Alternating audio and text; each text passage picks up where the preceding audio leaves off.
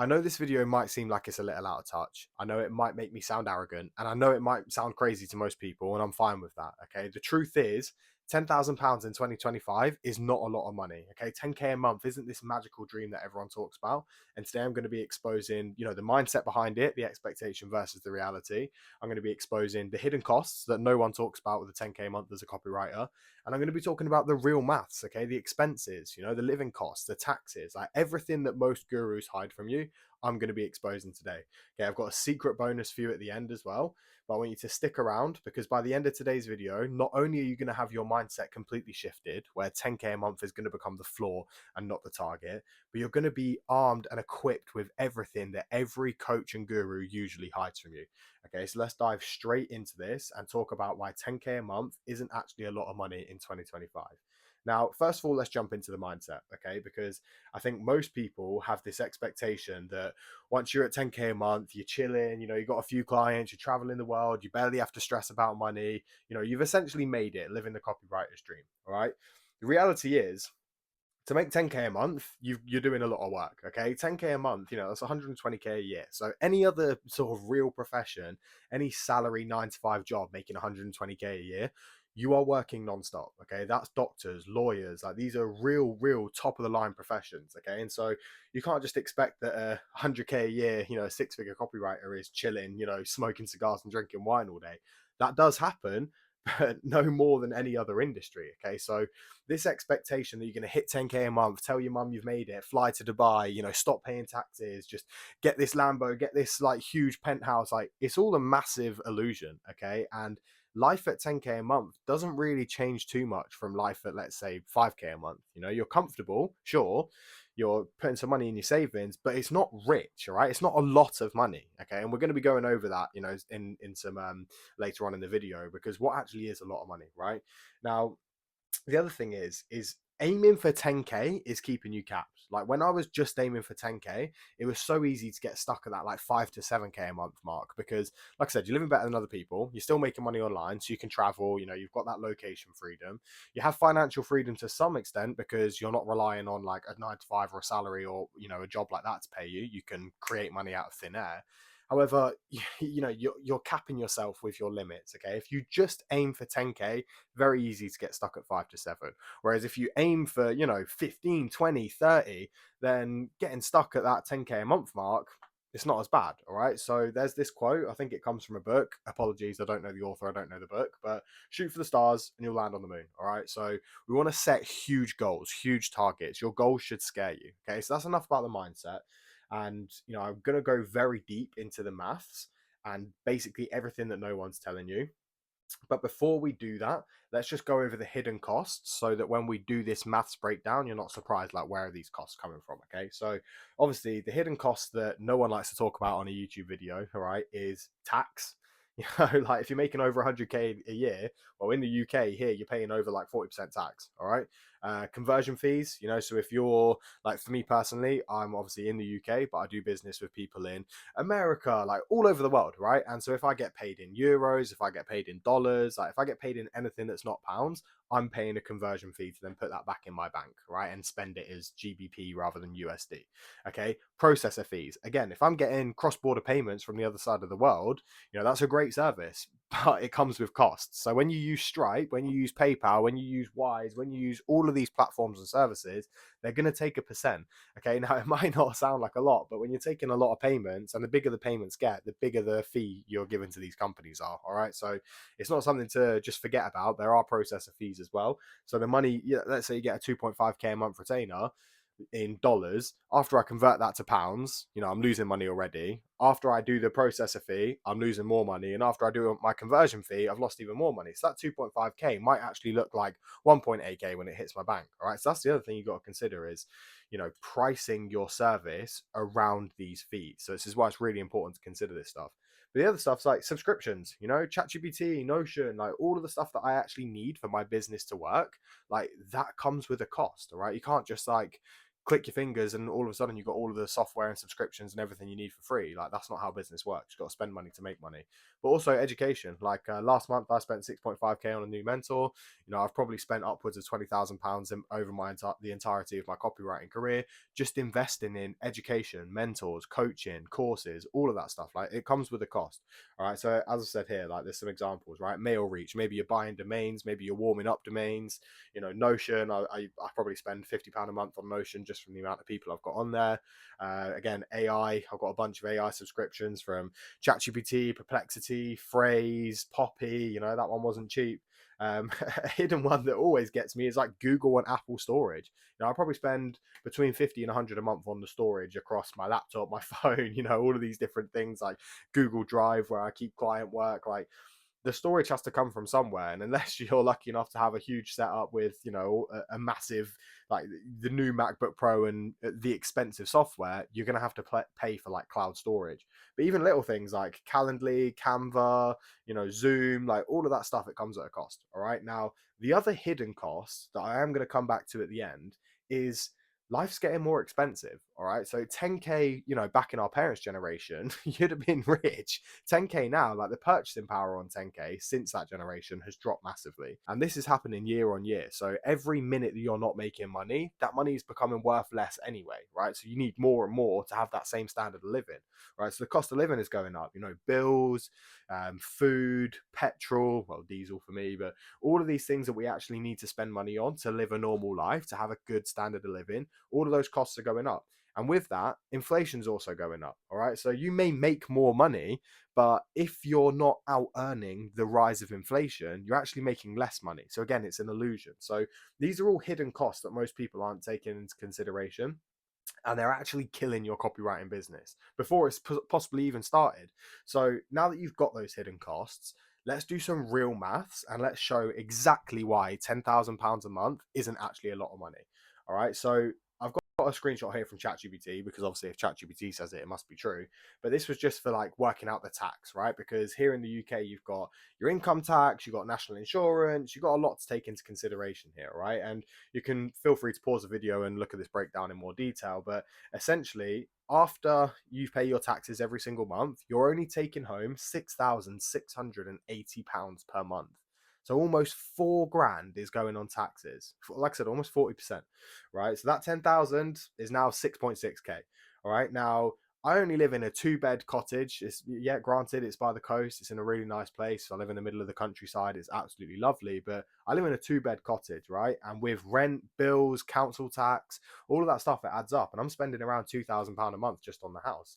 Okay, now throw in that with the car. Bear in mind, I own my car outright. I don't finance anything. I don't have any debt over my head. So for most people, these numbers are going to be worse because they've got a car on finance, they're Klarna clothes, they've probably got a student like debt that they're paying off. So like, I'm actually in the best position with these numbers. So for most people, these numbers are going to be bigger and worse. But for me, like, my car just cost me like insurance, car tax, you know, diesel. So between that, like, to keep my car running across the month, probably around 250, and that's conservative. Let's say that's just me going around my local area doing my normal day to day. If I do any bigger drives, if I go anywhere, this car likes to eat diesel. Okay. Now, after that, 2k, well, 2.2k, we're sitting on, you know, so after you've taken off the tax, you've taken off your car, you've taken off your house, you're sitting on 4.4k a month. All right. Now, that still may sound like a lot of money, but we're going to get into why it actually isn't, because your lifestyle always inflates to the money you're earning. Okay. There is a name for this, but I can't, it's not coming on the top of my head. Maybe I'll pop it on screen. But essentially, yeah, your lifestyle always inflates to basically account for the money you're making. So, you know, you start drinking nicer coffee, you start eating like organic grass-fed butcher meat, you know, like same with your vegetables, your fruit, you know, you shop at nicer shops. So my food probably costs me £400 a month, £100 a week. That's, again, being conservative. And that's just for like food to fill the fridge. That's stuff we need to survive. So again, after your tax, after your car, after your house, after your food, you're sitting on 4k a month. All right. Now, let's get into the subscriptions, because this can get crazy. Like I said, a month ago, 2 months ago, I spent 6.5k on a mentor. So this month, that 10k would have been gone, right? But you've got a bunch of subscriptions here, a bunch of business expenses from possibly even staff like VAs, editors. But For me, a normal month is anywhere from 500 to 1,000. All right. So again, after you've taken off your tax, your car, your house, your food, your business expenses, you're sitting on 3.5K. All right. Now, just to make the maths easy here, I've rounded this number up. All right. But it does vary month to month. As you can see, like some months you might want to go out for dinner, to eat nice food. Some months you might just go to the beach and have a hot dog. Other months, we might go out for breakfast more, or we just go to the beach and have an ice cream. But our fun money, our disposable income, we do spend around 500 to 1,000 each month. I've just put it as 530 here for the ease with the math, so it's like easy for everyone to break down in their heads. But this could be like that could also be a conservative number. So again, like I want you to take this breakdown with a pinch of salt and realize that life is expensive. And as a man, as an entrepreneur, you don't want to be cutting costs. You want to be making more money. So after your tax, after your car, after your house, after your food, after your business costs, after your fun, you've only got around 3K. Now, I'm 25. I'm trying to set myself up for the future. So all of that extra cash, it goes into two places. All right. My investments and my baby savings account. All right. I'll be 100% real. Like, I never really was a big money saver in the past. I was always just, I knew that my savings were getting eaten by inflation and all of the stuff we mentioned at the start of the video. However, with a baby on the way, I just want a bigger buffer, knowing that if all shit hits the fan, that I am still good for however many months to sort myself out. All right. So I put 1.5K a month into the baby savings, 1.5K a month into my investments. All right. So you can see that that 10K goes pretty quickly. I'm not living an extravagant life. I'm not traveling everywhere. I'm not saving up for a house. I'm not doing all of these things that everyone else like tells you should be doing. And that's on 10K a month. Luckily, I'm earning more than this, because if I was just on 10K a month, I would be sweating. I'd be stressing, because as you can see, this is not a lot of money in 2025. And I just want to get into this like secret bonus section, because this isn't all doom and gloom. All right. This is actually really good news. And today I want to really shift your belief and take you from aiming to 10K a month to 10K a month being the baseline. All right. So let's get into this secret section, because this is super important. Now, is 10K a month really enough for you to live your goals? Because like last year I went traveling to 9 countries, like with that extra money, you're not doing that. Like I was looking on Rightmove for these houses. So for this house right here, okay, now that's not even the nicest house. Look at that. It's pretty disgusting, actually, in my opinion. It's nice because it's on the water, sure, it's in a nice place, but the house itself isn't crazy. The inside is a lot nicer. But look, that house for 1.1 mil, 1.2 mil for that. Come on, like it's crazy prices. And obviously we want to be able to own this outright. Or like if you think with my 3K a month spare, if I wasn't putting it in my savings or in my investments, like how long is a mortgage going to be for 3K a month to pay off 1.2 million? That's not an asset at that point. That's a huge liability. That's trapping you in one place. You're going to pay like probably half of that on just interest alone across the 30, 40 years that you need on a mortgage to pay this off. So is 10K a month going to buy you a house? No. All right. Is it going to take you around the world? Maybe slowly here and there. But if you want to be traveling, how most people are selling this dream of traveling, new country, new month, constantly this digital nomad, then 10K a month ain't really doing that for you either. Okay, yes, maybe you wouldn't have the house costs, you wouldn't have the car costs. But again, it's like, so you're going to trade a normal life, routine, a nice car, a nice house, stability for Airbnbs, hostels, hotels. Like personally, no, I want both. All right. And so if you want a real luxury lifestyle where you can travel and still come home to a nice car, a family, and a house, 10K a month isn't really cutting it.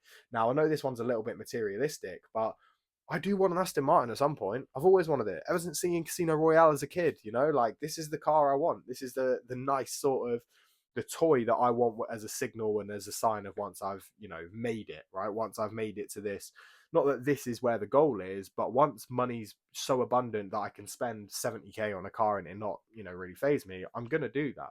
Okay. So it's not the goal, but you need to use this to shift your mindset, because people can afford to go drop 100K on a car and you can't. I can't. All right. So there's levels to this. There's still steps that we need to raise our roofs to and increase to. Okay. So 10K a month is not going to buy you an Aston Martin. It's not going to buy you a house. It's not going to take you around the world. So is it a lot of money? Well, it depends what your goals are. Because if you just want to live a little bit better than the people you went to school with, then yes, 10K a month is a lot of money. But if you want to live like these people you're seeing online, if you want to actually do all the things that your soul and your heart is calling you to do, then you're going to need a lot more than 10K a month. Okay. So again, this isn't doom and gloom. This is to shift your mindset and motivate you. That's one part of it. The next is like, why not you? Like, bro, I know people making 50K a month off copy. There's people making 15, 20, 30, 40, 50K a month off copywriting, and you're just going to aim for 10. Like, why are they allowed to make that money, but you're not? Are they any better than you? Are they bigger than you? Are they taller than you? Have they got a bigger dick than you? No. All right. They're just normal people. They bleed red blood.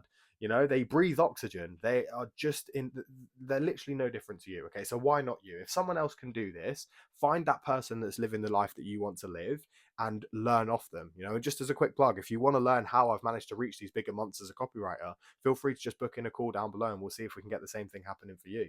Quick plug over. But look, this is why this should excite you, okay? Because once you realize that 10K a month isn't the finish line, it forces a huge mindset shift, because you stop aiming for comfortable and you aim for abundance. You think beyond a salary, because you can end up basically creating multiple income streams, even with copy. Maybe you got retainers, revenue shares, one-off deals, digital products. Like, there is a bunch of paths to make money with copywriting. It is such a transferable skill, and that's why I will scream about it until I no longer can.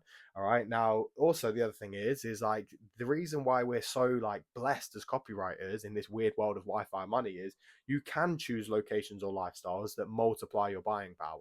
I know we've got a bunch of Bali boys, then all these people flying off to Thailand. Now, personally, I think going to a place like this just because it's easier, that's just dropping your standards. It's not going to make you a better entrepreneur. In fact, it often traps people in these third world countries because they get used to a standard of living elsewhere, and then they can't afford that same standard of living when they come back to a great country like Great Britain.